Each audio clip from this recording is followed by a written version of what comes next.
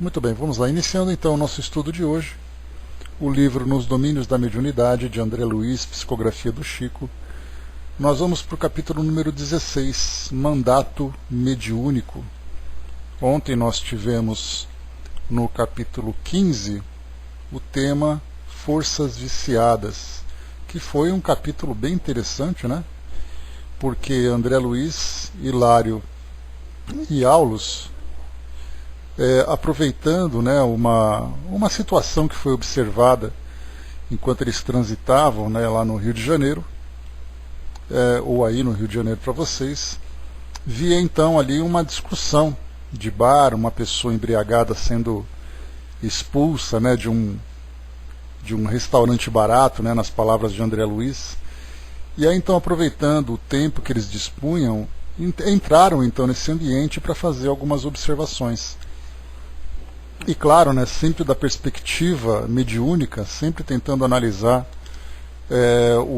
a relação do mundo físico com o mundo espiritual, ou no caso deles, né, o mundo espiritual com o mundo físico. Então, viram ali pessoas embriagadas, fumantes, os espíritos então envolvendo essas pessoas que desfrutavam desses prazeres, né, e observando também a influência espiritual, num caso particular em que um rapaz escrevia um artigo de uma situação de assassinato, né, envolvendo uma moça, e o espírito, então, obsessor dessa moça, estava envolvendo esse rapaz para que ele escrevesse um artigo que trouxesse, né, uma situação problemática para ela voltar para as relações viciosas que ela tinha no passado com esse espírito, né? Então, essa foi a relação. E André Luiz chamou a atenção, né, que na verdade Aulus chamou a atenção que o objetivo não era conhecer a história daquele rapaz com aquela moça e aquele espírito, mas apenas observar a forma como a influência espiritual acontece, principalmente nesse campo vibratório inferior, onde as pessoas se entregam a todos os tipos de viciações, e nós então ali tivemos a oportunidade de refletir, expandindo a nossa mente para as mais variadas situações que acontecem no nosso mundo, não apenas dentro de um bar onde existe fumantes e pessoas que usam bebida alcoólica, mas situações comuns do nosso cotidiano, na nossa sociedade, nas nossas relações, e a presença também dos espíritos. Bom dia, Flávio, bom dia, Mami. Na questão, agora no item número 16, Mandato Mediúnico, veremos aqui então orientações a respeito das responsabilidades relacionadas, né, com as atividades mediúnicas, trazendo do mundo espiritual o conhecimento e o auxílio para ajudar no desenvolvimento aqui do nosso mundo material. Eram quase 20 horas, quando estacamos à frente de sóbrio edifício, ladeado por vários veículos. Muita gente ia e vinha. Desencarnados em grande cópia, congregavam-se no recinto e fora dele. Vigilantes de nosso plano estendiam-se atenciosos, impedindo o acesso de espíritos impenitentes ou escarnecedores. Variados grupos de pessoas ganhavam ingresso à intimidade da casa, mas no pórtico experimentavam a separação de certos espíritos que a seguiam, espíritos que não eram simples curiosos ou sofredores, mas blasfemadores e renitentes no mal. Então aqui nessa primeira parte já mostra aqui uma edificação com uma proteção espiritual na entrada, e mostra também essa separação, porque muitas pessoas que frequentavam esse ambiente traziam, né, como é costume, as companhias espirituais de acordo com a sua natureza moral. E chegando então na entrada desse pórtico, né, desse edifício, os espíritos então, aqueles que entravam, né, que tinham essa condição de acompanhar o encarnado, entravam no edifício, e aqueles que não tinham acabavam se separando. E essa é uma situação bastante comum que acontece em igrejas, que acontece em centros espíritas, em centros religiosos diversos, né, principalmente porque é nesse ambiente em que se cultiva um pensamento numa qualidade superior. diferentemente do que acontece nos ambientes comuns que nós frequentamos, né? E o que nós percebemos também, é importante destacar isso, é que para nós, encarnados, existe uma diferença muito grande entre uma vida comum e uma vida religiosa. Nós não conseguimos viver com uma qualidade espiritual superior em todas as situações da nossa vida. Então, se nós vamos, por exemplo, a participar de um culto religioso, de uma reunião de cunho religioso, nós temos ali uma postura diferente, uma qualidade de pensamento diferente, nós assumimos valores diferentes. Mas, do contrário, em outras situações do nosso cotidiano, então nós nos deixamos levar ali pelas situações do dia a dia, né? Então, você vai a um hospital, você entra como uma pessoa comum. Se você vai a um lugar religioso, você já tem uma postura diferente. Então, para nós, essa diferença de conduta no nosso cotidiano é o que traz para nós essas grandes dificuldades. E isso, por isso, dificulta bastante, né, o fato de nós irmos ao ambiente onde nós praticamos as nossas crenças, não no sentido de fortalecimento, mas sempre em busca de um reequilíbrio. Porque nós nos desequilibramos, depois buscamos o equilíbrio. Desequilibramos de novo e buscamos o equilíbrio. Nós não conseguimos manter essa frequência de um padrão elevado em todas as situações do nosso cotidiano. Em nossas casas, em nosso ambiente de trabalho, nos locais onde nós frequentamos. Então, o dia em que nós conseguimos, de fato, manter esse padrão de uma forma comum, de uma forma equilibrada em todas as situações de nossas vidas, nós teremos uma mudança radical aqui no padrão evolutivo do nosso mundo. Nós nos elevaremos significativamente de uma hora para outra e isso será uma constante. Não será um período, não será uma, vamos dizer assim, uma transformação sazonal, né? Uma transformação que acontece só em determinadas épocas. Nós temos, por exemplo, né, na época de fim de ano, em Natal, em outras épocas religiosas, né, cristãs ou não cristãs, né, e católicas ou espíritas, tanto faz, né, para nós, nós temos uma mudança de postura. Então é como se no fim do ano, por exemplo, na época de Natal, que é a época mais marcante para todos nós, o nosso ambiente psíquico ficasse mais limpo, ficasse mais suave, e aí depois em seguida vem o carnaval, aí então nós criamos de novo aquela nuvem densa, aquela nuvem escura. Então nós ficamos oscilando de época em época, conforme os feriados vão acontecendo, nós vamos mudando o nosso padrão vibratório.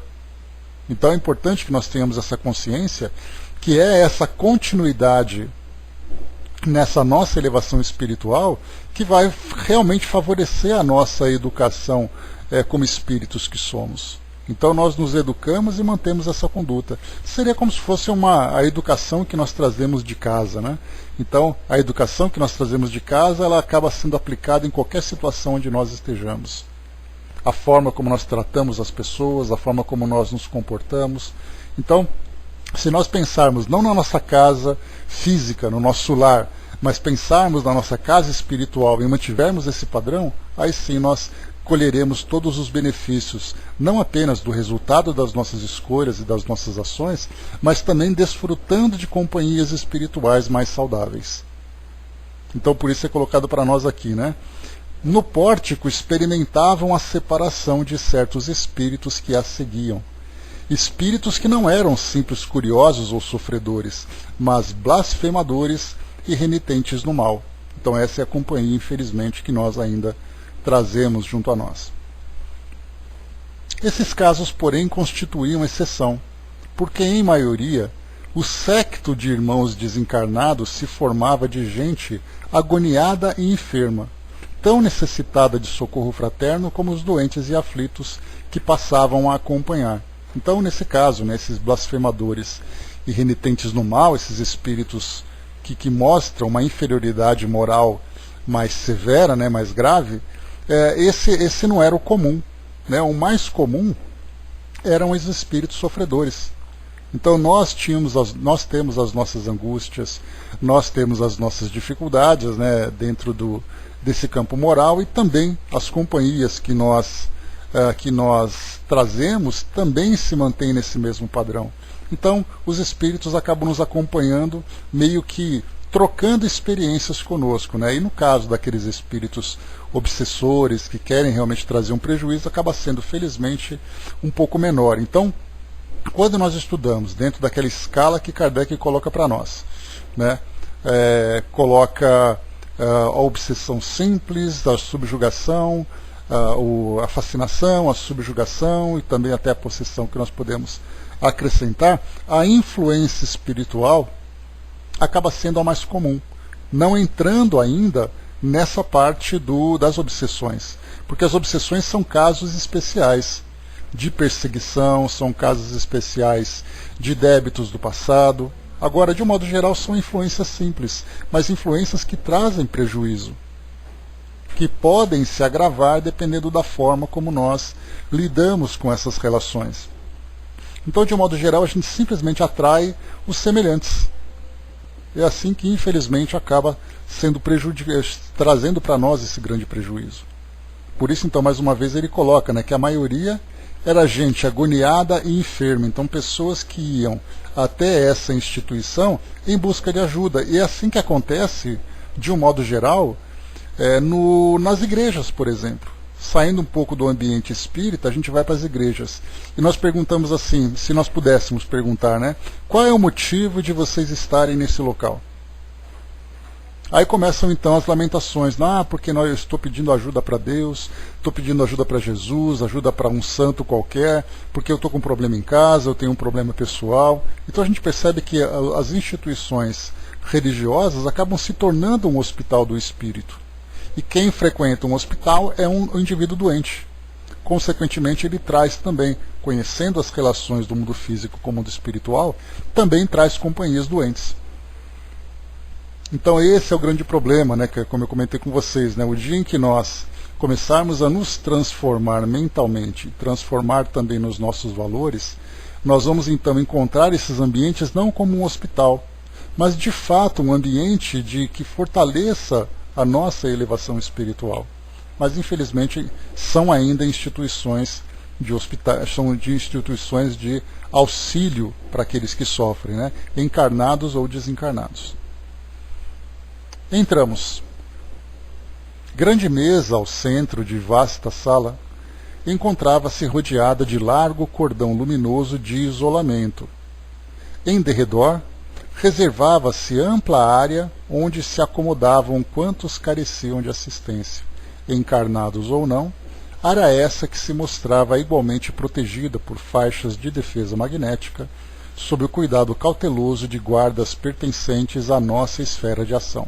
Nós estudamos aos domingos, lá na apostila Mediunidade, Estudo e Prática, sobre a estrutura espiritual de um centro espírita, né, onde nós temos as reuniões mediúnicas. Foi até você, né, Flávio, que fez esse estudo, falando sobre essas faixas de proteção, né, desde a faixa que protege toda a instituição, depois nós temos ali aquela que tem a sala mediúnica, mais em especial aquele local específico onde acontece ali, né, os fenômenos mediúnicos, né, onde acontecem ali as manifestações. Então são várias faixas com muitos trabalhadores, com muitos protetores para ajudar no desenvolvimento desse trabalho, né? O Flávio colocou, né, preparo da reunião feita no plano espiritual. Então esse foi o tema que nós estudamos e aqui mostra isso novamente, né? Só para a gente reforçar. Então, naquela grande mesa ao centro de vasta sala, encontrava-se rodeada de largo cordão luminoso de isolamento. Em derredor reservava-se ampla área onde se acomodavam quantos careciam de assistência, encarnados ou não, área essa que se mostrava igualmente protegida por faixas de defesa magnética, sob o cuidado cauteloso de guardas pertencentes à nossa esfera de ação. Então, onde existe ali um trabalho que tenha, né, um caráter moral superior, existe a proteção do plano espiritual. Então isso é importantíssimo para que nós tenhamos essa consciência, porque um trabalho que ele é feito de um modo mecânico, apenas para constar aqui aos olhos dos humanos, isso pouco efeito tem no plano espiritual. Então, na verdade, essa proteção acontece de um modo invisível, de um modo silencioso, para que exista, então, para que possam, né, garantir essa proteção. À frente, na parte oposta à entrada, vários benfeitores espirituais conferenciavam entre si, e junto deles, respeitável senhora ouvia, prestimosa, diversos pacientes. Apresentava-se a matrona revestida por extenso halo de irradiações opalinas, e por mais que projeções de substância sombria a buscassem, através das requisições dos sofredores que a ela se dirigiam, conservava a própria aura sempre lúcida, sem que as emissões de fluidos enfermiços lhe pudessem atingir o campo de forças. Aqui esse parágrafo ele traz aqui uma informação de extremo valor para nós. Por quê? Né? Não é, né, Tico-Teco? Porque a gente vê um lugar bem cuidado na aparência, mas na verdade isso acaba se transferindo também para o plano espiritual, né? Mas a mesma coisa acontece com relação a nós. A nossa aparência física não necessariamente reflete a nossa realidade espiritual. Mas muitas vezes nós precisamos, na verdade, né, sempre ter esse equilíbrio entre a nossa realidade espiritual, que acaba se refletindo na nossa realidade física também. Nesse caso aqui, mostra essa matrona, né, essa senhora, que se mostra como um espírito elevado, que ela então dá atenção para diversos espíritos que, através dos seus petitórios, fazem ali, né, pedem ajuda, pedem auxílio para elas próprias ou para outras pessoas. E nessa relação de pessoas que pedem ajuda para aquela que recebe, há uma troca de vibrações, uma troca de energias, uma troca de fluidos. E nesse caso nós vemos então que ela, embora envolvida por esses espíritos, por esse sofrimento, por essas vibrações, ela não se deixava contaminar. Ela mantinha ali a sua qualidade vibratória, diferente e até mesmo repelindo essas vibrações negativas que vinham em sua direção, embora sem a intenção daqueles espíritos naquela condição inferior. E isso é importante porque isso também acontece conosco aqui no mundo físico. Porque enquanto nós, por exemplo, temos os nossos lares, temos aqui o nosso próprio padrão vibratório, e nós entramos em contato então com alguém num padrão vibratório inferior, seja por sofrimento, seja por uma conduta viciosa, seja por um pensamento desequilibrado, se nós nos deixarmos envolver, nós absorvemos essas vibrações. Então é como se fosse uma lâmpada limpa e uma lâmpada suja. Essa lâmpada suja vai respingando esse mesmo barro sobre essa lâmpada limpa até o momento em que as duas ficam sujas. Então, quando nós mantemos o nosso padrão vibratório elevado, é importantíssimo isso, porque todos nós nos relacionamos com pessoas com desequilíbrios, fluídicos, vibratórios. Inclusive nós também nos apresentamos muitas vezes nesse mesmo desequilíbrio. Só que nesse caso nós somos os contaminadores e não os contaminados. E aí então rapidamente nós nos concentramos, nos lembramos dessa situação, que se nós nos desequilibramos e nos aproximamos de alguém que esteja numa condição melhor que a nossa, nós fazemos com que aquela pessoa caia no seu padrão vibratório. Várias vezes nós temos, né, naquela relação que nós temos com pessoas, com amigos, com colegas, com familiares, né? Nós estamos bem, nós estamos felizes, cantando aí pela vida, fazendo as coisas, aí a pessoa chega então e começa com suas lamentações, com suas reclamações, com o seu comportamento desequilibrado. Então nós temos duas situações. Ou nós elevamos, fortalecemos mais ainda a nossa condição vibratória para sustentar aquele padrão que nós mantínhamos, ou nós então descemos no mesmo padrão, que é geralmente o que acontece por falta de vigilância.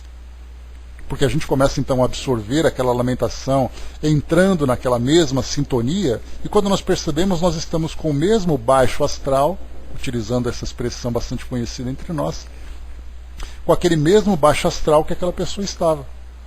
Ou seja, nós nos deixamos contaminar. E aqui então nós percebemos que pelo trabalho que essa senhora aqui realiza nesse local, ela sabe exatamente com quem ela está lidando. Eu me recordo, uma experiência pessoal para vocês, eu tinha ali por volta dos meus 20 anos, 21 anos mais ou menos, trabalhava num hospital e eu trabalhava numa UTI, né? Então como enfermeiro. E aí então, como auxiliar de enfermagem, né? E aí então, no começo do trabalho, por falta de experiência naquela área, Quantas e quantas vezes eu chegava no trabalho de manhã, fazia aquela coisa toda, quando chegava em casa eu chorava tomando banho.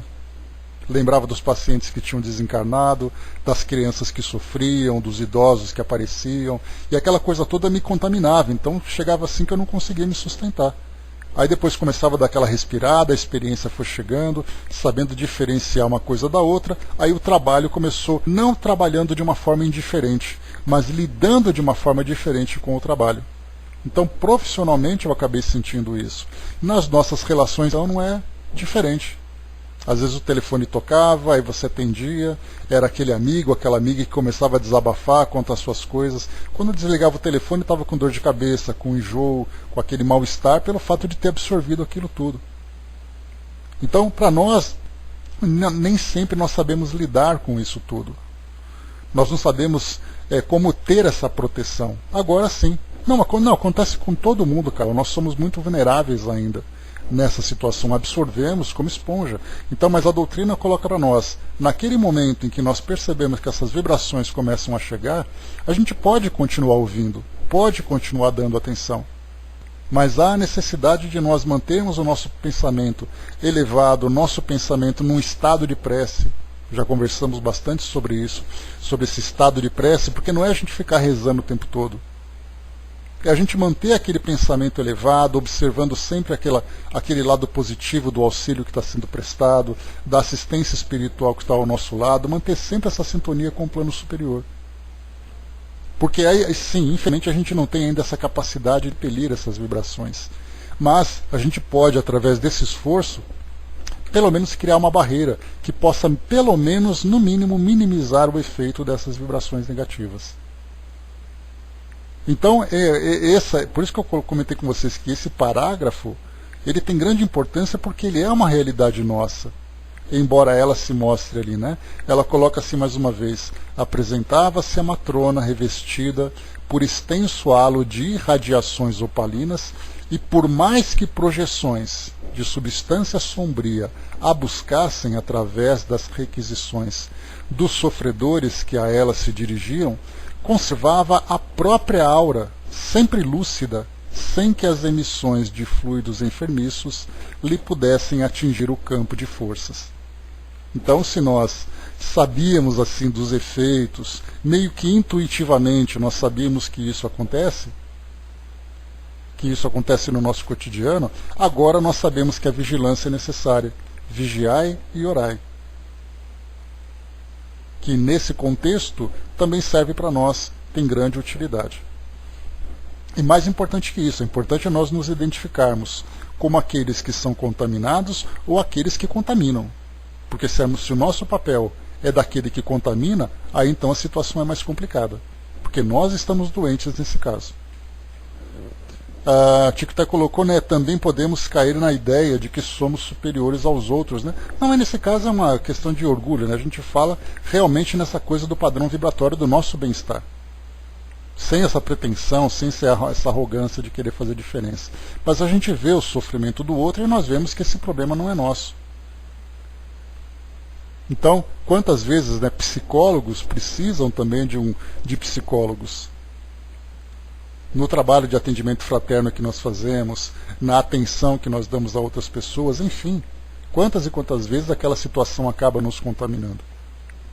Flávio colocou, não podemos esquecer que somos emissores e receptores de energias geradas pelo pensamento. Pensamento criado é uma força, só que além de emissores e receptores, somos também transformadores.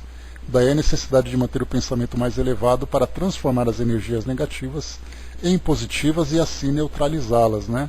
E aí, principalmente também, né, a gente tem que lembrar sempre que aquilo que nós oferecemos aos outros que se apresentam numa condição mais desequilibrada, é o nosso trabalho para tentar fazer com que ela se melhore, com que ela se transforme. Porque a ideia dela é sempre reclamar, sempre apresentar o seu sofrimento. E a gente tem que mostrar aquele lado da esperança, aquele lado de melhora, né? A Didima colocou, né, temos que estar vigilantes sempre, né, caímos no desânimo com muita frequência. Manter elevado o pensamento e vibrações é o exercício de Hércules, né, precisamos estar atentos. Né? E o detalhe, né, Didima, é que Todos nós temos as nossas fases, né? Aqueles momentos de dificuldade, aqueles momentos de desequilíbrio, e por isso então os espíritos dizem para nós o tempo todo, né? Joana de Ângeles, André Luiz, Emmanuel e outros tantos espíritos amigos que falam para nós, né, que a prece, buscar sempre a sintonia com os nossos espíritos amigos é a melhor forma de nós nos revitalizarmos. Porque do contrário nós vamos caindo cada vez mais o nosso padrão vibratório até fazer com que isso se torne patológico. Chakravarti colocou, né, a recíproca é verdadeira. Também há dias em que somos altamente emissores, né? Sim, o tempo todo. Agora a pergunta é, né, estamos emitindo o quê? Porque nós já sabemos, né, que eventualmente pode acontecer de nós estarmos afetados por uma situação que é difícil de lidar. Mas aquela luta, né, por isso que a doutrina espírita ela tem esse aspecto consolador. Mostrar para nós que as provas e expiações fazem parte do nosso projeto reencarnatório. E nós temos que lidar com essas vicissitudes, com essas situações que vão se alternando em nossas vidas, como forma de aprendizado. Como forma de nós nos fortalecermos cada vez mais e não nos entregarmos. Já repararam que a gente que sorriu o tempo todo, né? Pois é uma boa técnica, né? Estar de bem com a vida, né, Tico Teco? E mesmo, né, reconhecendo que naqueles momentos difíceis é um momento de experiência que nós estamos vivendo. Continuando, vamos lá. Designando-a com a destra, o assistente informou. É a nossa irmã Ambrosina, que há mais de 20 anos sucessivos procura oferecer à mediunidade cristã o que possui de melhor na existência. Por amor ao ideal que nos orienta, renunciou às singelas alegrias do mundo, inclusive o conforto mais amplo do santuário doméstico, de vez que atravessou a mocidade trabalhando sem a consolação do casamento. Então aqui o que nós vemos, né, nessa nossa personagem aqui, essa matrona, ela é encarnada, lembrando disso, né? Então era aquela que trabalhava nesse centro, é aquela que dava atenção às pessoas. Então nós estamos falando de uma pessoa encarnada aqui. Por amor ao ideal que nos orienta, renunciou às singelas alegrias do mundo, inclusive o conforto mais amplo no santuário doméstico, de vez que atravessou a mocidade trabalhando sem a consolação do casamento. Ambrosina trazia o semblante quebrantado e rugoso, refletindo contudo a paz que lhe vibrava no ser. Na cabeça, dentre os cabelos grisalhos, salientava-se pequeno funil de luz, à maneira de delicado adorno. Intrigados, consultamos a experiência de nosso orientador e o esclarecimento não se fez esperar. É um aparelho magnético ultrassensível que a médium vive em constante contato com o responsável pela obra espiritual que por ele se realiza. Pelo tempo de atividade na causa do bem e pelos sacrifícios a que se consagrou, Ambrosina recebeu do plano superior um mandato de serviço mediúnico, recebendo por isso a responsabilidade de mais íntima associação com o instrutor que lhe preside as tarefas. Havendo crescido em influência, viu-se assoberbada por solicitações de múltiplos matizes, inspirando fé e esperança a quantos se lhe aproximavam do sacerdócio de fraternidade e compreensão, é naturalmente assediada pelos mais desconcertantes apelos. Então, inicialmente aqui em cima, né, mais uma vez, foi observado então um aparelho magnético, colocado aqui para nós, né, na cabeça, dentre os cabelos grisalhos, salientava-se pequeno funil de luz à maneira de delicado adorno. Então, né, um instrumento, né, um equipamento, um aparelho que era utilizado para fazer inicialmente, primeiro, com que ela se protegesse, né, fosse protegida dessas influências, né, dessas vibrações que a envolviam, e depois também manter esse contato constante com o instrutor do trabalho. Então, se irmã Ambrosina apresentava esse tipo de aparelho, dá para a gente imaginar um Chico Xavier da vida, aí, o que ele recebia, o que ele tinha, né, de contato, de proteção, de coisas que nós sequer compreendíamos, ou sequer compreendemos, né? Vive então flagelada por petitórios e súplicas, indagou Hilário, inevitavelmente curioso. Até certo ponto, sim, porque simboliza uma ponte entre os dois mundos. Entretanto, com a paciência evangélica, sabe ajudar aos outros para que os outros se ajudem, porquanto não lhe seria possível conseguir a solução para todos os problemas que se lhe apresentam. Importante também aqui, ajudar o outro a se ajudar. Então, ajudar o outro a se ajudar significa fazer com que ele perceba os caminhos que ele pode seguir, onde encontrar o auxílio de que ele precisa, porque ela, por si só, Dona Ambrosina, não tinha condições de pessoalmente tentar ajudar cada pessoa que chegava até lá. Então, fazendo um paralelo, é a mesma coisa que nós tínhamos na época do Chico, no trabalho que ele fazia. Porque o Chico era muito conhecido, né, no trabalho mediúnico, quando ele chegava, psicografava. Mas nós também temos conhecimento do trabalho social que ele fazia, que era participar da arrecadação de fundos, de alimentos, de medicamentos, levar até as pessoas e coisa e tal. Mas dá para imaginar também a quantidade de pessoas que o procuravam na intimidade, naquele contato mais reservado, para poder falar dos seus problemas, para pedir ali ajuda. E ele naturalmente não tinha condições de se levantar, pegar na mão daquela pessoa e ir até a casa dela para ajudar, porque eram, né, incontáveis os números das pessoas, incontável, né, o número de pessoas que chegava até ele pedindo essa ajuda. Então o que ele fazia? Ele procurava, através das instruções que ele mesmo passava por experiência pessoal, mas também sempre com esse contato com o plano espiritual e essa quantidade de amigos que estavam sempre de prontidão para ajudá-lo, passando para as pessoas as orientações para que elas próprias pudessem se ajudar. Então esse é um papel que nós temos também. Nem sempre nós temos condições de ajudar as pessoas que chegam até nós. Nós temos os nossos compromissos, temos também os nossos problemas, temos também as nossas lutas pessoais, mas nem por isso nós estamos aí, né, sem condições de ajudar as pessoas, pelo menos fazendo com que elas vejam a vida por uma perspectiva diferente. Então, ela simboliza uma ponte entre dois mundos, que é exatamente o que acontecia com o Chico. As pessoas falavam com ele esperando que os espíritos fizessem alguma coisa para ajudá-las. Então ele também representava essa mesma ponte, pedindo ajuda para um sofrimento que elas têm, falando sobre um desencarnado, falando sobre um problema de família, um problema pessoal, né? Hoje nós temos, né, doenças, desemprego, problemas de relacionamento, crises pessoais, crises íntimas, né? Então as pessoas vão até essas instituições e nós vemos não apenas, importante isso, essa ajuda vinda de um plano vindo através de um centro espírita, mas quantos e quantos são aqueles, né, que são trabalhadores nas religiões diversas, um sacerdote, um frequentador, um trabalhador, que também se torna essa ponte. Alguém de muita fé, alguém de muito equilíbrio, alguém de muita sabedoria, né, que através desse contato com o plano espiritual se torna essa ponte, trazendo as orientações e recebendo também as inspirações para transmitir esses esclarecimentos. E continua. Abeiramo-nos da médium respeitável e modesta e vimo-la pensativa, não obstante o vozerio abafado em torno.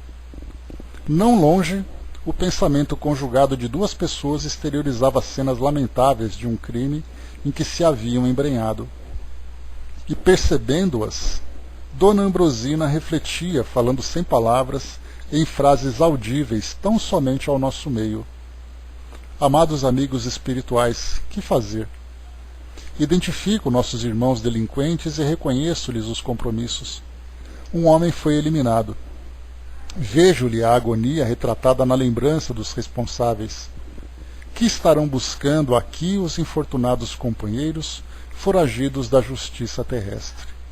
Então a gente percebe aqui nesse diálogo, nesse monólogo, né, que ela enviava ao plano espiritual, pedindo o auxílio. Então percebe que ao mesmo tempo em que ela trabalhava, esse estado de prece era constante, porque ela trabalhava junto aos encarnados e ao mesmo tempo buscava também o contato com o plano espiritual, não como um pedido lançado ao ar para ver se por acaso alguém encontrava, algum espírito ali esbarrava nesse pedido, mas ela fazia com convicção, certa da presença desses espíritos, das orientações que poderia receber.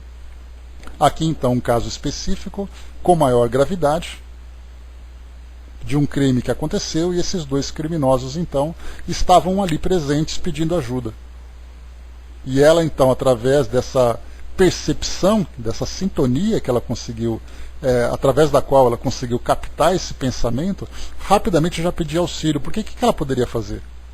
São dois assassinos. O que ela poderia dizer para esses assassinos em termos de ajuda espiritual que eles estão pedindo? Para nós acontece a mesma coisa nas nossas conversas, nos nossos diálogos.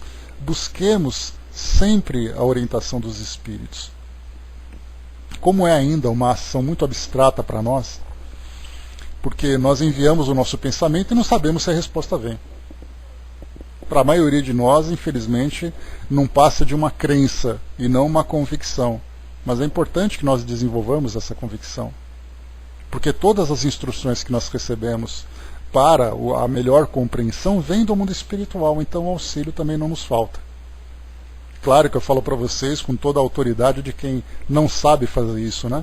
Então eu também me esforço tanto quanto, tenho também as minhas dificuldades, tenho ali aqueles momentos de incerteza, mas a perseverança deve manter sempre, até o momento em que essas incertezas se diluem e se transformem numa convicção, né? Então, para todos nós, o mundo espiritual está à disposição, nós que precisamos saber buscar.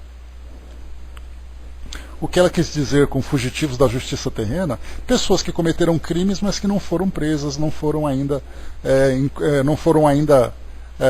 levadas ao encontro da justiça terrena. Então, eram pessoas que cometeram crime e esse crime estava oculto. É isso que ela quis dizer. Então, por isso que ela colocou, né? Que estarão buscando aqui os infortunados companheiros foragidos da justiça terrestre. Reparávamos que a médium temia perder a harmonia vibratória que lhe era particular. Então aqui, afinal de contas, ela falava com dois criminosos. Não desejava absorver em qualquer preocupação acerca dos visitantes mencionados. Foi então que um dos mentores presentes se aproximou e tranquilizou-a. Ambrosina, não receie. Acalme-se. É preciso que a aflição não nos perturbe. Acostume-se a ver nossos irmãos infelizes na condição de criaturas dignas de piedade. Lembre-se de que nos achamos aqui para auxiliar, e o remédio não foi criado para os sãos. Compadeça-se, sustentando o próprio equilíbrio. Somos devedores de amor e respeito uns para com os outros, e quanto mais desventurados, de tanto mais auxílio necessitamos. É indispensável receber nossos irmãos comprometidos com o mal, como enfermos que nos reclamam carinho. A médium aquietou-se. Então, essa visão também aqui nesse parágrafo, eu estou vendo que a gente vai demorar para fazer ele, porque cada parágrafo traz um ensinamento para nós. É a mesma coisa agora, essa instrução, quando fala, né, sobre esses irmãos infortunados, comprometidos com o mal, vê-los como enfermos que nos reclamam carinho. Essa nossa visão serve para quando nós estivermos assistindo a um telejornal e nós encontrarmos no noticiário, naquela parte policial, que fala de pessoas que cometeram crimes, pessoas que cometeram crime de toda ordem, desde aquele crime de corrupção até aquele crime contra a vida de alguém, aquela violência que acontece. São espíritos que, dentro desse desequilíbrio que estão vivenciando, através de suas ações, trazem essas consequências dolorosas. Mas, como foi colocado para nós aqui, ela diz assim: acalme-se a ver nossos irmãos infelizes na condição de criaturas dignas de piedade. Ou seja, né, ao vermos um espírito que cai, nós temos que lembrar que Jesus mesmo, através dos seus ensinamentos, disse que nenhuma ovelha se perderá. Então até mesmo o pior criminoso que nós podemos julgar aqui na nossa sociedade terrena, até ele tem o auxílio espiritual. Quando nós estudamos falando sobre os espíritos protetores, os anjos guardiões, né, os espíritos protetores, os nossos amigos espirituais e tudo mais, até mesmo esses espíritos perversos possuem esses espíritos amigos, que procuram transformá-los, que procuram elevá-los. Nós que temos uma visão simplificada, acreditando que um espírito mau tem apenas ali um obsessor perto dele. Tem ali os comparsas de crime que ele vivencia. Mas imaginemos nós, quando chegarmos nessa condição de nos tornarmos um espírito protetor, tivermos sob nossa tutela um espírito criminoso, em que nós veremos as suas ações, nós veremos o sofrimento que ele provoca, mas muito mais do que isso, nós vemos o abismo em que ele se lança a cada crime que ele comete. E caberá a nós procurar transformá-lo, não importa o tempo que demore, não importa quantas encarnações ele vai vivenciar, não importa quais são as provas e expiações que ele vai vivenciar. Cabe a nós orientá-lo nessa escalada para sair desse abismo em que ele se lançou. E é um trabalho difícil.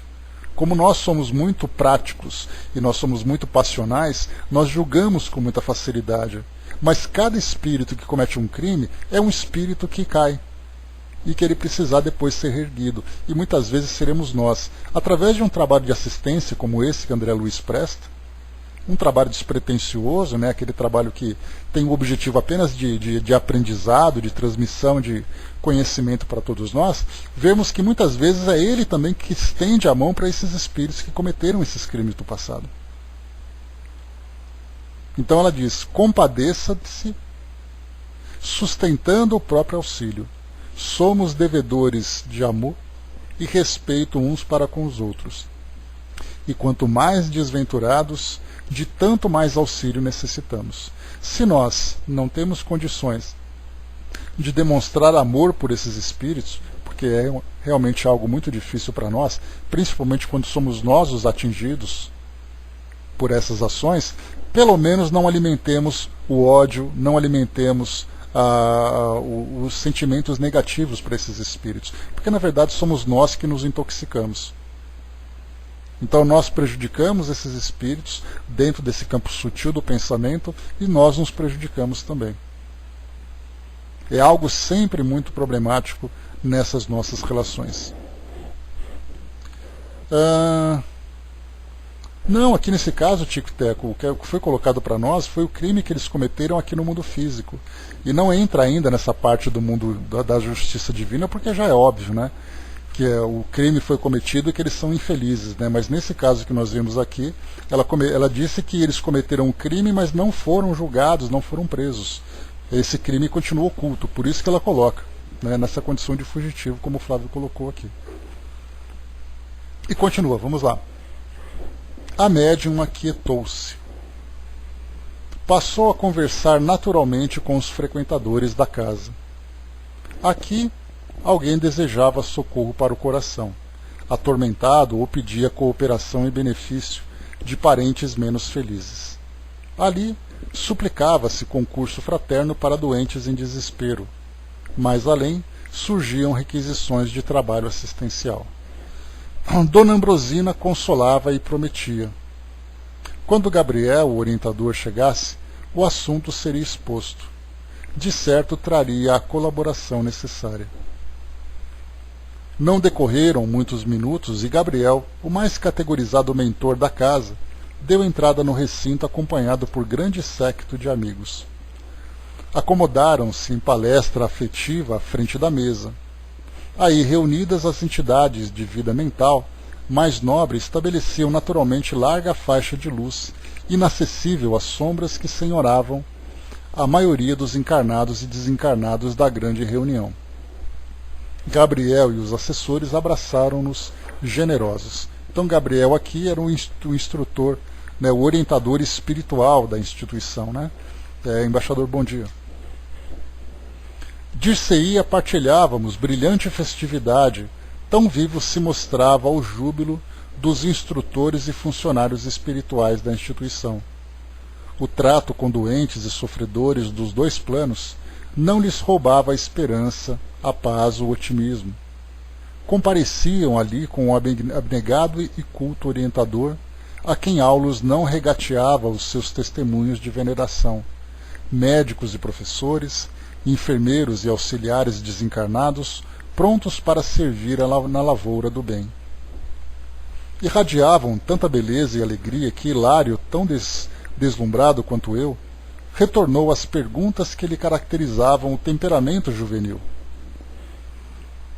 Aqueles amigos, considerando as mensagens de luz e simpatia que projetavam de si mesmos, seriam altos embaixadores da divina providência? Desfrutavam acaso o convívio dos santos? Viveriam em comunhão pessoal com o Cristo?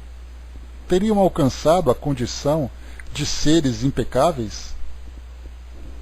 Aqui é interessante que ele coloca lá no alto, no parágrafo anterior, que Hilário, tão deslumbrado quanto eu, retornou às perguntas que lhe caracterizavam o temperamento juvenil.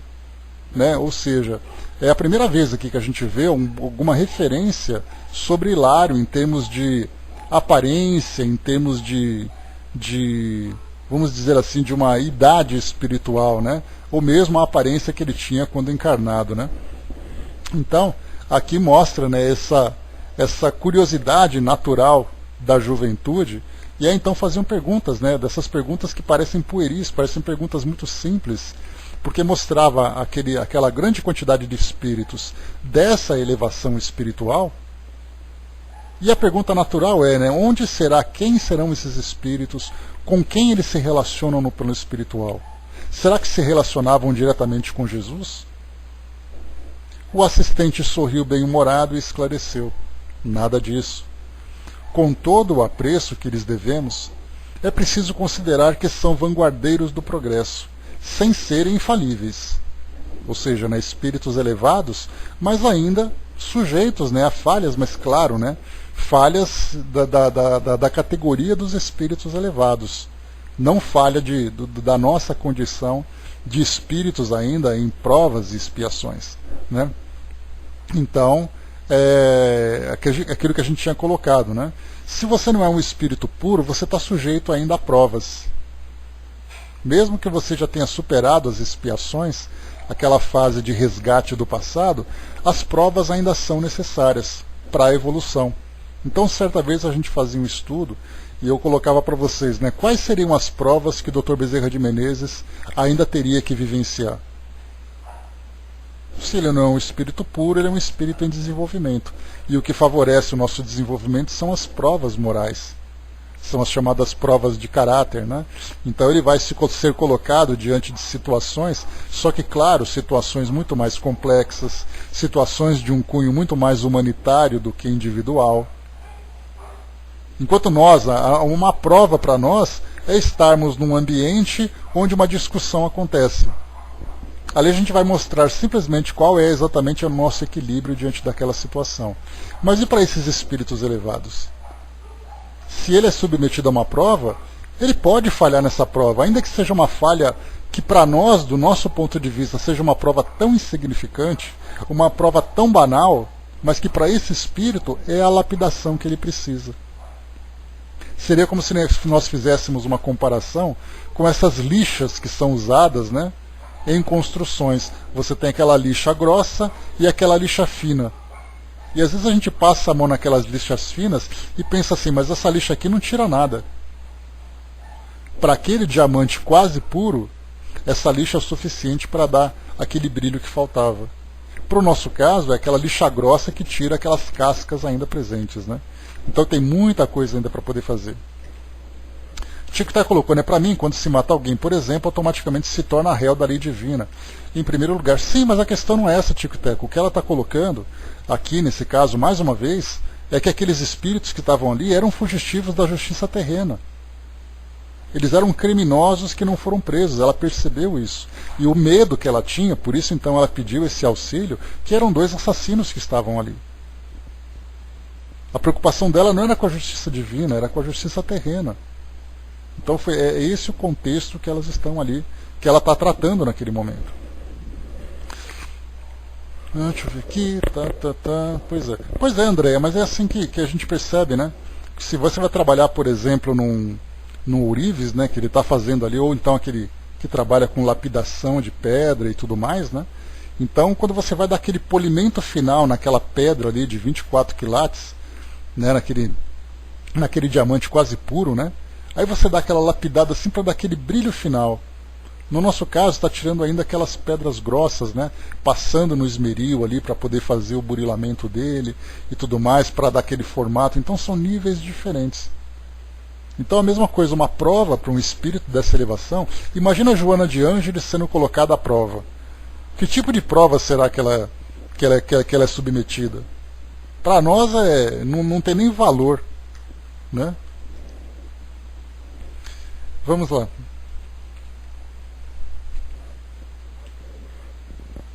Pois é, estamos assim, né? Todos nós estamos nessa condição. Então ele coloca aqui para nós, né, que apesar, então, mais uma vez, né, são vanguardeiros do progresso sem serem infalíveis. São grandes almas em abençoado processo de sublimação, credoras de nossa reverência pelo grau de elevação que já conquistaram. Contudo, são espíritos ainda ligados à humanidade terrena e em cujo seio se corporificarão de novo no futuro, através do Instituto Universal da Reencarnação, para o desempenho de preciosas tarefas. Então são espíritos ainda vinculados à humanidade terrestre, que vão reencarnar para atividades futuras, mas então nós sabemos que espíritos dessa elevação, desse quilate, realizam provas muito mais sublimes do que as provas pessoais que nós ainda vivenciamos. As nossas provas servem ainda para conter os nossos vícios, para conter as nossas imperfeições mais grosseiras, né? Para esses espíritos, uma reencarnação, a prova deles é quanto tempo será que eles conseguem sustentar um trabalho que atenda, por exemplo, milhares de pessoas. Aí a prova desse espírito, só para a gente poder brincar um pouco, seria assim, né? Ele acorda de manhã e fala assim, ai meu Deus do céu, tem 1000 pessoas para eu poder atender hoje. Aí ele levanta, coloca a roupa. Essa pequena reclamação dele do começo é a prova que ele faliu. No nosso caso, né, a gente nem vai para um lugar desse, né? Então só essa suspirada que ele dá naquele começo, de tão sutil que é a prova que ele está vivenciando, porque todo o resto ele já conseguiu superar, essa suspirada já mostra que ele não é um espírito perfeito. Porque se ele fosse perfeito, ele simplesmente levantaria preocupado. Meu Deus, eu preciso ir logo porque aquelas pessoas estão esperando. Quando ele fala assim, ah, meu Deus, lá vem mais um dia. Pronto, ele já falhou na prova dele. Olha a prova que um espírito desse vivencia. Agora nas nossas provas já é diferente, né? Continuando. No entanto, à frente da assembleia de criaturas torturadas que observamos, são eles luminares isentos de errar? Não, acentuou Aulus compreensivo. Não podemos exigir deles qualidades que somente transparecem dos espíritos que já atingiram a sublimação absoluta. São altos expoentes de fraternidade e conhecimento superior. Porém, guardam ainda consigo probabilidades naturais de desacerto. Primam pela boa vontade, pela cultura, pelo próprio sacrifício do auxílio incessante aos companheiros reencarnados, mas podem ser vítimas de equívocos, que se apressam, contudo, a corrigir sem a vaidade que, em muitas circunstâncias, prejudica os doutos da terra. Aqui temos, por exemplo, variados médicos sem o envoltório da experiência física. Apesar de excelentes profissionais, devotados e beneméritos na missão que esposaram, não seria, contudo, admissível fossem promovidos, de um instante para outro, da ciência fragmentária do mundo à sabedoria integral. Com a imersão nas realidades da morte, adquirem novas visões da vida, alargam-se-lhes os horizontes da observação, compreendem que algo sabem, mas esse algo é muito pouco daquilo que lhes compete saber. Entregam-se, desse modo, a preciosas cruzadas de serviço e dentro delas ajudam e aprendem. Trabalhadores de outros círculos da experiência humana encontram-se no mesmo regime. Auxiliam e são auxiliados. Não poderia ser de outro modo. Sabemos que o milagre não existe como derrogação de leis da natureza. Somos irmãos uns dos outros, evolvendo juntos em processo de interdependência no qual se destaca o esforço pessoal. Então, O que ele coloca para nós aqui, por exemplo, né, que esses médicos, por exemplo, né, ele coloca aqui médicos sem o envoltório da experiência física, né, ou seja, são médicos desencarnados, que trabalham em benefício de espíritos sofredores. Mas o fato de serem médicos no plano espiritual não dá a eles o conhecimento absoluto.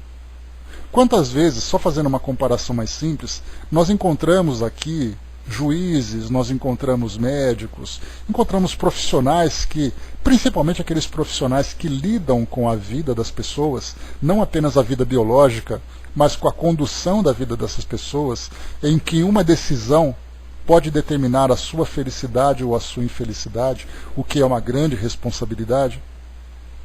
Nós encontramos aqueles profissionais que são extremamente competentes, mas que ainda trazem suas dificuldades. Só para a gente ter uma ideia, são poucas as pessoas que conhecem a história pessoal de Gandhi, Mahatma Gandhi. Então tudo que nós conhecemos dele são as manifestações que ele coordenava para trazer uma guerra pacífica, uma guerra entre aspas, né? Uma guerra pacífica para poder fazer com que a Índia fosse libertada do jugo inglês naquela época da colonização. Então ele mobilizava as pessoas, trazia ali aquelas manifestações pacíficas, fazia ali uma greve de fome, conduzia as pessoas para lá e para cá. Então a gente vê e fala, nossa, Gandhi era um santo. Mas na vida pessoal dele, a esposa dele reclamava porque ele não ficava em casa. Tanto que depois de um tempo começou a tratá-lo como irmão, não mais como marido, porque ele não cumpria mais o papel de marido. Ele tinha um filho que era homossexual, que ele expulsou de casa. Então a gente vê o Gandhi como um grande homem humanitário, mas que em sua vida pessoal ele trazia uma série de dificuldades. Então nós olhamos por uma grande obra que alguém realiza, por um grande trabalho que ele faz, que é a mesma coisa que nós encontramos. Você vai a um centro espírita, você encontra aquele médium que é maravilhoso, aquele dirigente que é extremamente sábio, mas que muitas vezes em casa tem um problema com o filho, com a esposa, tem um problema profissional, afinal de contas ele precisa se sustentar, ele é dirigente na instituição, mas ele tem ali as suas dificuldades. Então é nesse sentido que nós percebemos que, embora ele esteja no caminho certo da elevação, ele ainda traz as suas dificuldades pessoais. Ele tem consciência do trabalho nobre, do trabalho humanitário trazido pelos ensinamentos cristãos. Mas aplicar isso na sua vida pessoal acaba sendo muito difícil às vezes. Então ele vai fazendo trabalhos, nós vamos trabalhando em várias áreas diferentes. A mesma coisa acontecia também com Madre Teresa, nós conhecemos a história dela. E embora ela fosse aquela pessoa extremamente amorosa, extremamente religiosa, ela tinha ali os conflitos de fé. Foram descobertos, né, para quem não se lembra, foram descobertas algumas cartas que ela trocava com um religioso, um católico que tinha nos Estados Unidos. E nessas cartas ela dizia, Jesus não fala comigo. Eu tenho tantas incertezas dentro de mim e tudo mais. Então é o que nós vemos hoje. Muitas vezes nós encontramos esse médico, esse advogado, que é extremamente competente no trabalho que ele faz, mas muitas vezes é uma pessoa orgulhosa. Ele se vê muitas vezes superior às demais pessoas pela posição que ele ocupa. Ele tem a necessidade de alimentar a sua vaidade, tem ali os seus apegos materiais, ele gosta de ter um carro bonito, gosta de morar naquele bairro maravilhoso, quase como um tipo de ostentação, vamos dizer assim, mas na tarefa que ele realiza, ele é extremamente competente. É aquele cirurgião, é aquele clínico, é aquele juiz, é aquele advogado que trabalha exatamente dentro dos padrões que se espera do plano espiritual superior. Mas ele, como indivíduo, ele traz as suas dificuldades. Então é aqui que nós encontramos então essas explicações, dizendo para nós que essa comitiva de espíritos que chegaram nesse trabalho, que fazem toda essa assistência. Por isso que então Hilário perguntou, né, eles já estão com Jesus, ali conversando com Jesus? Eles mantêm ali, né, no padrão dos santos? Não, eles são bons trabalhadores. Mas ainda tem ali as suas lutas pessoais. Né? Pois é, esse quase, né, nós também somos quase santos, né, o Tico e Teco? A diferença é o tamanho da escada que a gente tem que subir, né? Alguns têm que subir alguns degraus, nós temos que subir uma escada inteira. Mas somos quase santos, né? Pois é, é uma questão de perspectiva, né?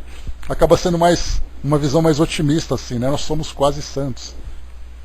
Jesus disse para nós, né? Somos deuses. Pois é, exatamente, né? Quase tudo.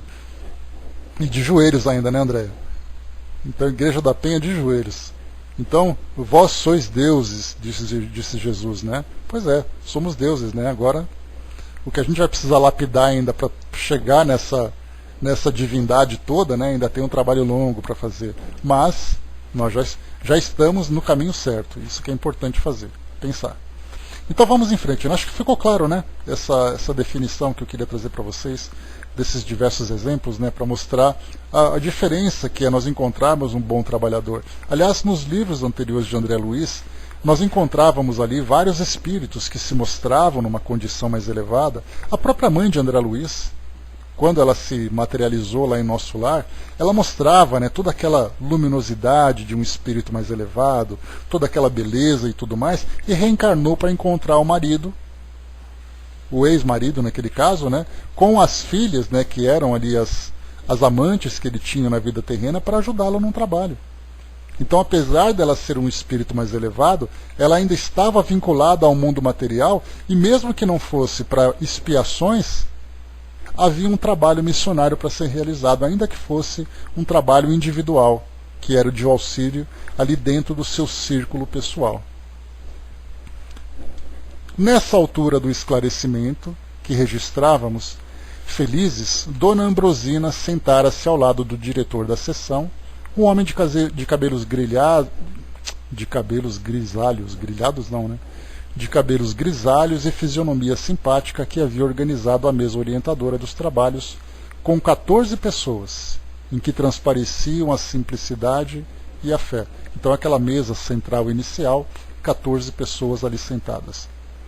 Enquanto Gabriel se postava ao lado da médium, aplicando-lhe passes de longo circuito, como a prepará-la com segurança para as atividades da noite, o condutor da reunião pronunciou sentida prece. Em seguida foi lido um texto edificante de livro doutrinário, acompanhado por breve anotação evangélica, em cuja escolha preponderou a influência de Gabriel sobre o orientador da casa, né? Então, sempre a presença dos amigos espirituais, ajudando, né, com inspirações para que pudesse, para fazerem as melhores interpretações dos textos que são passados, né? Então, geralmente nós encontramos isso, né, nos representantes religiosos, nos sacerdotes, nos orientadores de trabalhos, né? Então, quando o trabalho é feito com sinceridade, a presença espiritual é sempre constante para fazer com que os ensinamentos sejam tirados do melhor proveito possível, né? E diz aqui ainda: da leitura global distinguia-se a paciência por tema vivo. E realmente a Assembleia, examinada no todo, mostrava-se flagelada de problemas inquietantes, reclamando a chave da conformação para alcançar o reequilíbrio. Bom dia, Alexandre. Dezenas e dezenas de pessoas aglomeravam-se em derredor da mesa, exibindo atribulações e dificuldades. Então, olha só que interessante, quantas e quantas pessoas estavam ali, naquele momento, né, já demonstrando aquelas dificuldades, falando sobre os seus problemas, sobre os seus conflitos. Por isso foi colocado aqui em cima, né? Realmente a Assembleia examinada no todo, a Assembleia nesse caso, era a presença ali dos encarnados, né, que estavam ali buscando ajuda. Então a Assembleia mostrava no todo, flagelada de problemas inquietantes, reclamando a chave da conformação para alcançar o equilíbrio. Dezenas e dezenas de pessoas aglomeravam-se em derredor da mesa, exibindo atribulações e dificuldades. Estranhas formas, pensamentos surgiam de grupo a grupo, denunciando-lhes a posição mental. Aqui dardos de preocupação, estiletes de amargura, nevoeiro de lágrimas. Acolá, obsessores enquistados no desânimo ou no desespero, entre agressivos propósitos de vingança agravados pelo temor do desconhecido. Desencarnados em grande número suspiravam pelo céu, enquanto outros receavam o inferno, desajustados pela falsa educação religiosa recolhida no plano terrestre. Então, tanto encarnados como desencarnados, todos os que estavam ali foram em busca de ajuda. Vários amigos espirituais, junto aos componentes da mesa diretora, passaram a ajudá-los na predicação doutrinária, com bases no ponto evangélico da noite, espalhando através de comentários bem feitos, estímulos e consolos. Aqui a gente vê também que no plano espiritual existe uma preparação. Quando a gente fala que nada acontece por acaso, bom dia, Márcia, que nada acontece por acaso, né? Quando a gente vê assim que o indivíduo vai para um centro espírita, aí ele ouve a palestra e fala assim, nossa, parece que eu precisava ouvir aquilo. Na verdade, conforme os encarnados vão se aglomerando, assim como também os próprios desencarnados, essas formas de pensamento começam então a mostrar qual é a realidade daquelas pessoas, a realidade íntima delas. E aí, naturalmente, os espíritos então vão inspirando aqueles que são os palestrantes, aqueles que são os preletores, né? Aqueles que fazem os sermões nas igrejas, tratando de um assunto específico de acordo com a necessidade do público. Porque do contrário, né? Porque embora nós tenhamos temas pré-determinados e as pessoas vão em busca desse tema, eles são quase que intuitivamente direcionados para a necessidade da maioria. Então os espíritos têm essa percepção prévia para fazer com que aquele trabalho não seja desperdiçado. Porque muitas vezes dizer alguma coisa que alguém não tem necessidade acaba sendo um desperdício. Então os temas são pré-programados, alguém vai ouvir alguma coisa e acaba depois recebendo aquilo que precisa. Tanto encarnado como desencarnado, como nós vimos aqui. Fichas individuais não eram declinadas. Entretanto, percebíamos claramente que as pregações eram arremessadas ao ar, com o endereço exato. Aqui levantavam um coração caído em desalento. Ali advertiam consciências descuidadas. Mais além, renovavam o perdão, a fé, a caridade e a esperança. Não faltavam quadros impressionantes de espíritos perseguidores que procuravam hipnotizar as próprias vítimas, precipitando-as no sono provocado, para que não tomassem conhecimento das mensagens transformadoras, ali veiculadas pelo verbo construtivo. Então isso aqui também é importante, né? Quantas vezes as pessoas dormem no centro espírita e dizem assim, era o meu obsessor que estava ali me hipnotizando e não me deixava ouvir a palestra, né? E ali a pessoa muitas vezes estava cansada, estava ali, né, com uma situação em que acabou se desconcentrando e tudo mais, mas acontece nesses processos obsessivos, os espíritos então trazendo prejuízos para aqueles que são, para aquelas que são as suas vítimas. E nesse momento em que uma orientação poderia fortalecê-los, eles acabam então se dispersando, né? Pois é, não, porque eu estava lá e me desdobrei, e eu fui lá e estava roncando, ali, encostando na parede, né? Então, existem várias situações em que isso acontece. Nos casos mais graves, em que há um processo obsessivo, esse pode ser um recurso, em que, inclusive, que os espíritos procuram até mesmo impedir que a pessoa saia de casa. Nós tivemos um caso aqui de André Luiz, de uma senhora, uma grande trabalhadora do plano espiritual, em que para poder prejudicar o trabalho que ela fazia, o espírito acabou criando um conflito com o marido. O marido era um homem invigilante, era um homem que não tinha ali qualquer valor mais nobre dentro do campo espiritual, e aí então o espírito acabou provocando o marido para criar-se uma confusão com ela. E ela então mesmo ferida, né, nos seus sentimentos, ela foi então fazer o trabalho que precisava fazer. Mas são recursos que os espíritos utilizam, né? Sempre pensemos, como é que um obsessor age? É só nós nos colocarmos no papel de um obsessor e pensarmos o que nós faríamos para prejudicar alguém. Aí nós, com a nossa criatividade natural, encontraríamos ali incontáveis formas de trazer esse prejuízo, de uma forma direta ou de uma forma indireta. E aqui então o que acontece também, muitas vezes as pessoas vão até um centro espírita, vão até uma igreja, mas então através dessa influência acabam dispersando a atenção e não sabem exatamente o que acontece. Fácil, né, Flávio? Esse é um papel que nós interpretamos com facilidade. Fazer um papel de santo já é diferente, né? Aí a gente vai ter que fazer aquilo que vai contra a nossa natureza. Muitos médiuns funcionavam no recinto, colaborando em favor dos serviços de ordem geral a se processarem harmoniosos. Todavia, observávamos que Dona Ambrosina era o centro da confiança de todos e o objeto de todas as atenções. Então nós vemos aqui que Dona Ambrosina, ela não era a dirigente do trabalho. Ela não era talvez a presidente da casa espírita, ela é apenas uma médium. E aí nós lembramos que o fato de um espírito elevado, de um espírito que tem ali um desenvolvimento maior, estar fazendo parte de um grupo de encarnados, não significa que ele vá assumir um papel de liderança administrativa. Porque essa liderança administrativa depende de uma competência, depende de um espírito de liderança. No caso que nós encontramos aqui, essa médium, por exemplo, ela demonstra uma autoridade moral, mas não uma autoridade administrativa entre os encarnados. Então é como nós encontrávamos, mais uma vez, o Chico, naquele papel de trabalhador que ele tinha. Então ele tinha ali o dirigente que cuidava do trabalho, né, da parte toda burocrática, da parte ali de coordenação das atividades e tudo mais, e o papel dele era fazer o trabalho que cabia a ele. Diferentemente do que nós encontramos, por exemplo, no Divaldo, que ele já mostra um espírito de liderança dentro dessa parte administrativa, coordenando ali a mansão do caminho, fazendo ali todas aquelas coisas de palestras, de viagens. Ele demonstra essa autoridade natural, essa liderança natural, né? E o Chico, claro, né, ele tem ali aquela autoridade moral.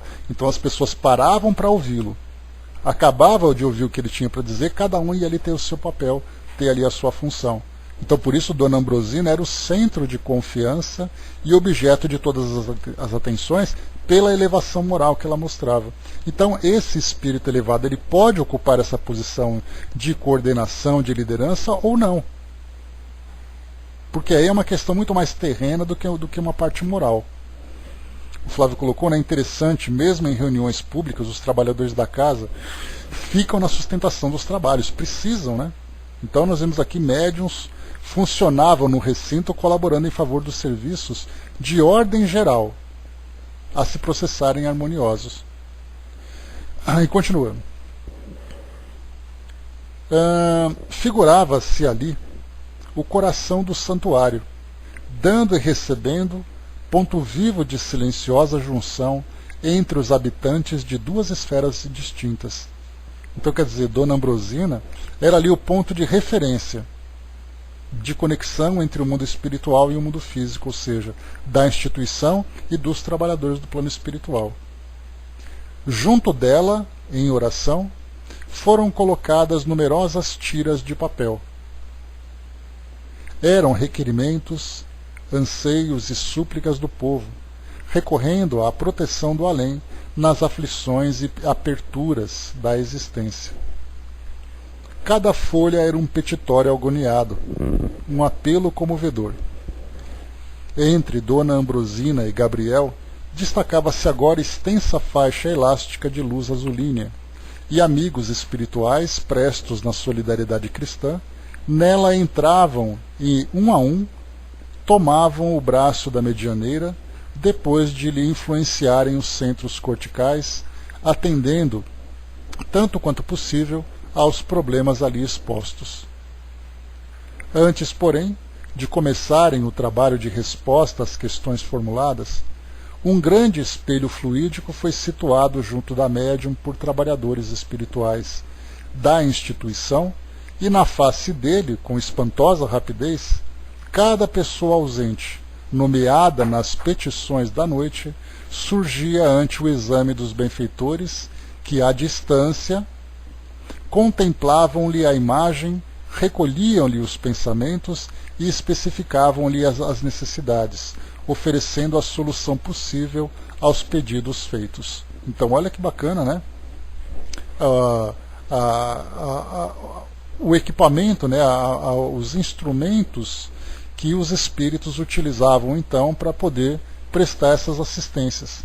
Então, enquanto a encarnada estava ali, a médium estava ali recebendo esses pedidos, os espíritos trabalhavam ativamente para a distribuição das orientações, para poder fazer ali a análise dos casos daqueles que eram colocados ali, né, os nomes que eram colocados para assistência. Então os espíritos faziam esses atendimentos à distância. E quando nós estudamos, né, lá no Mediunidade, Estudo e Prática aos domingos, um estudo que eu tive a oportunidade de fazer, que falava sobre os instrumentos utilizados pelos espíritos. Bom dia, Leca.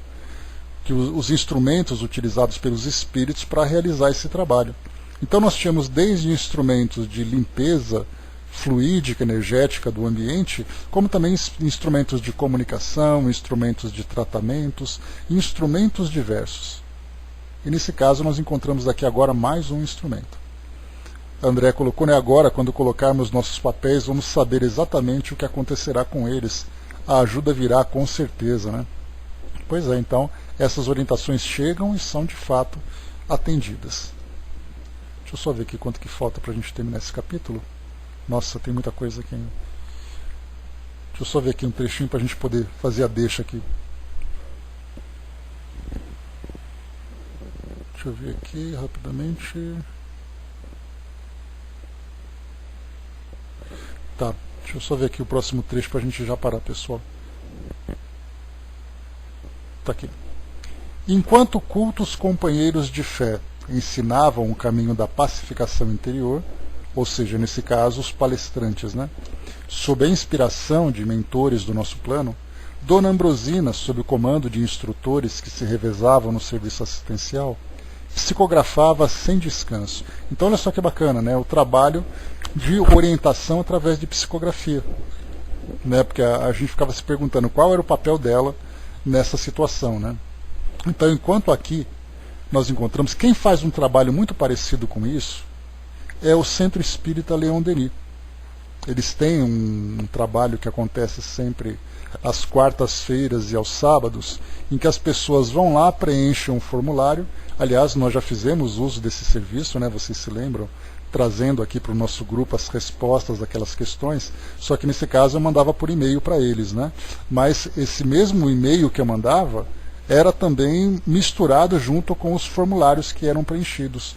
Então eles entregavam o formulário e aguardavam ali o trabalho que decorria naquela tarde, naquelas tardes, né? E aí depois a pessoa mesmo, naquele mesmo dia ou no dia seguinte, ela recebia então aquela resposta através de uma psicografia, que é exatamente o que o Centro Espírita Leon Denis faz, só que não faz um trabalho público, como acontece nesse daqui. Naquele caso, então, todos eles juntam, né, os trabalhadores, né, juntam aquelas solicitações, levam as pessoas e a resposta chega. Olha só que interessante, então, como acontece. Como é que os espíritos muitas vezes dizem aquilo que precisa ser ouvido? Aquilo que precisa ser lido, né, no caso, né? Então, porque é exatamente isso. Vou ler só mais uma vez para a gente poder concluir. Rapidamente aqui para a gente tomar, né? Tá. Figurava-se ali o coração do santuário, dando e recebendo, ponto vivo de silenciosa junção entre os habitantes das duas esferas distintas. Junto dela, em oração, foram colocadas numerosas tiras de papel. Eram requerimentos, anseios e súplicas do povo, recorrendo à proteção do além nas aflições e aperturas da existência. Cada folha era um petitório agoniado, um apelo comovedor. Entre Dona Ambrosina e Gabriel, destacava-se agora extensa faixa elástica de luz azulínea e amigos espirituais, prestos na solidariedade cristã, nela entravam e, um a um, tomavam o braço da medianeira, depois de lhe influenciarem os centros corticais, atendendo quanto possível os problemas ali expostos. Antes, porém, de começarem o trabalho de respostas às questões formuladas, um grande espelho fluídico foi situado junto da médium por trabalhadores espirituais da instituição, e na face dele, com espantosa rapidez, cada pessoa ausente, nomeada nas petições da noite, surgia ante o exame dos benfeitores, que à distância contemplavam-lhe a imagem, recolhiam-lhe os pensamentos e especificavam-lhe as necessidades, oferecendo a solução possível aos pedidos feitos. Enquanto cultos companheiros de fé ensinavam o caminho da pacificação interior, sob a inspiração de mentores de nosso plano, Dona Ambrosina, sob o comando de instrutores que se revezavam no serviço assistencial, psicografava sem descanso. Então a gente para por aqui por enquanto, né? Deixa eu ver aqui. Tá, aqui André Luiz agora vai começar agora a partir das perguntas, né, que ele vai fazer para poder receber ali as orientações, né? Então, quando nós temos aqui esse trabalho, né, só para poder especificar um pouco mais sobre o trabalho lá do CELD, há aqueles casos em que, quando eles se apresentam de uma forma mais complexa, os espíritos não respondem no mesmo dia. Isso já aconteceu, né? Por exemplo, quando eu mandei uma solicitação para lá de uma das questões que nós estudamos, ela levou 2 semanas para ser respondida, né? E uma outra que eu mandei acabou levando 1 semana, que eram perguntas longas muitas vezes, né? Mandei 3 questões. Então, até os espíritos fazerem ali as suas pesquisas, fazerem as suas análises e tudo mais, acaba não vindo no mesmo dia. Mas se é uma situação comum em que os espíritos podem fazer ali uma análise do caso, a psicografia vem. Né? Sim, não é uma questão de queixa, né? Porque eu digo assim, o trabalho, muitas vezes, na maioria das vezes, é a resposta que chega no mesmo dia. A pessoa, enquanto ela participa de uma palestra, então ela chega, faz a solicitação, aí ela vai para a palestra, vai tomar o passe, aquela coisa toda, e depois recebe o pedido no mesmo dia. Mas há situações em que o pedido não chega. E a pessoa fica frustrada, né? Poxa vida, não chegou nada. Os espíritos não me responderam. Exatamente porque há situações em que demandam um cuidado maior, né? Uma análise mais cuidadosa da situação. Né? Então, eis aí a questão que nós, então,